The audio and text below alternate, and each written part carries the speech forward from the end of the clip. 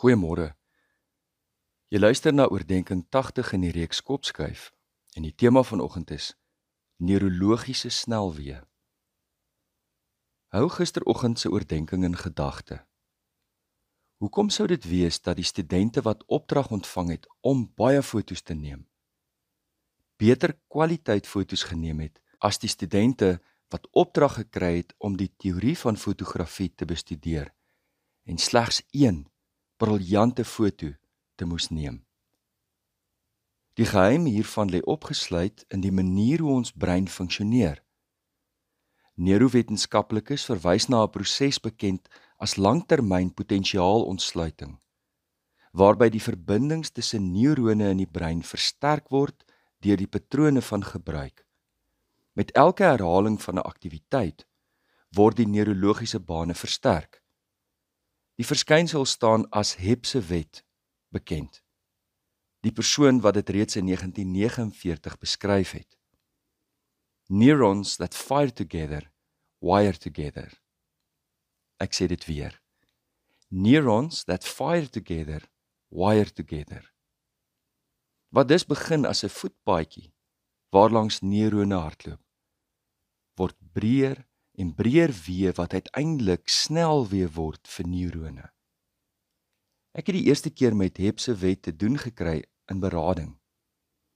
Reeds in die teorie van Eric Berne se transaksionele analise sien 'n mens dat kinders herhaaldelik herinner word aan die draaiboek van hulle lewens.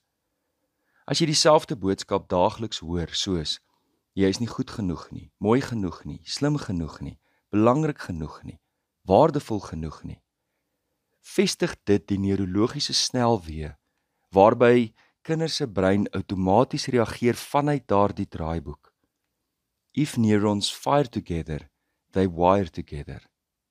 Daarom dat terapie in die meeste gevalle nie een sessie verg nie, maar baie, want jou brein moet nou nuwe neurologiese bane vorm, waarin 'n persoon nuwe denkpatrone ontwikkel.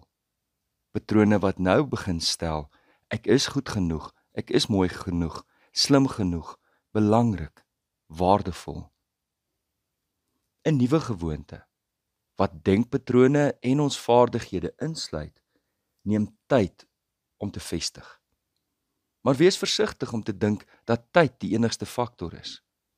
Inderwaarheid is die bepalende faktor die frekwensie waarmee dit gedoen word, nie tyd op sigself nie.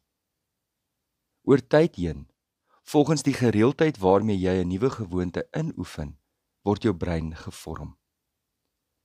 Julle onthou moontlik vanuit die 38ste oordenking in hierdie reeks, toe ek verwys het na die bevinding dat die hippocampus van taksibestuurders in Londen merkbaar groter is as die hippocampus van die algemene publiek.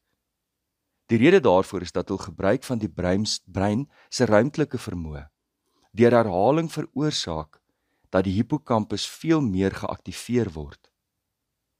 James Clear maak melding van musikante wie se cerebellum groter is as die algemene publiek. En in wiskundiges se breine is daar 'n toename in die grysstof van die parieteale lob. Dit is die deel van ons brein wat te doen het met berekening. Let wel, wanneer taksibestuurders aftree, is daar weer 'n merkbare afname in die grootte van die hippocampus. Dit blyk dus dat ons brein meer soos spiere funksioneer, wat kan toeneem terwyl dit oefen, maar weer verswak wanneer ons dit nie gereeld inoefen nie. Herhaling van 'n gewoonte is dus 'n vorm van verandering.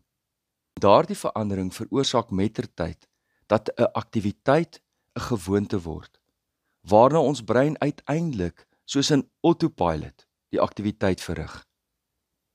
Kan jy onthou toe jy leer bestuur het, hoe hard jy moes konsentreer? Dit was koppelaar intrap, rem, versnel, stuurwiel vashou, oop die pad hou en nog ratte verwissel. Jou kop het gedraai. Soms het jy die ratte verwissel en dan het jy agtergekom jy het die pad verlaat, want jy het vergeet om die stuurwiel te draai terwyl jy die ratte moes verwissel. Dit het gevoel soos 'n groot gemors.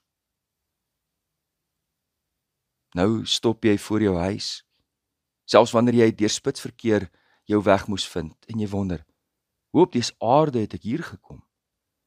Jy was so in gedagte dat jy nie eens agtergekom het, jy het honderde, selfs duisende bewegings outomaties uitgevoer nie. Dit is die wonder van ons brein. En dit is wat ons nodig het om nuwe gewoontes te vorm. Kom ons bid saam. Ons Vader wat in die hemel is, dankie vir hierdie heilige oomblik waarin ons op U alleen kan fokus. Laat die mooiheid van die dag, die voorspoed en gesondheid en die vreugdes van ons suksesse ons nie so verblind dat ons op eie krag sal staatmaak nie. Alles kom deur U genade. Alles wat goed is, kom van U.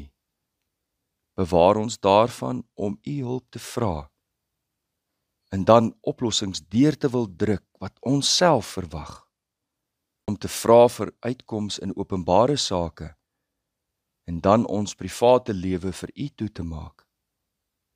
Bewustelik vra ons U nou, dat U ons lewens en ons talente in U diens sal neem.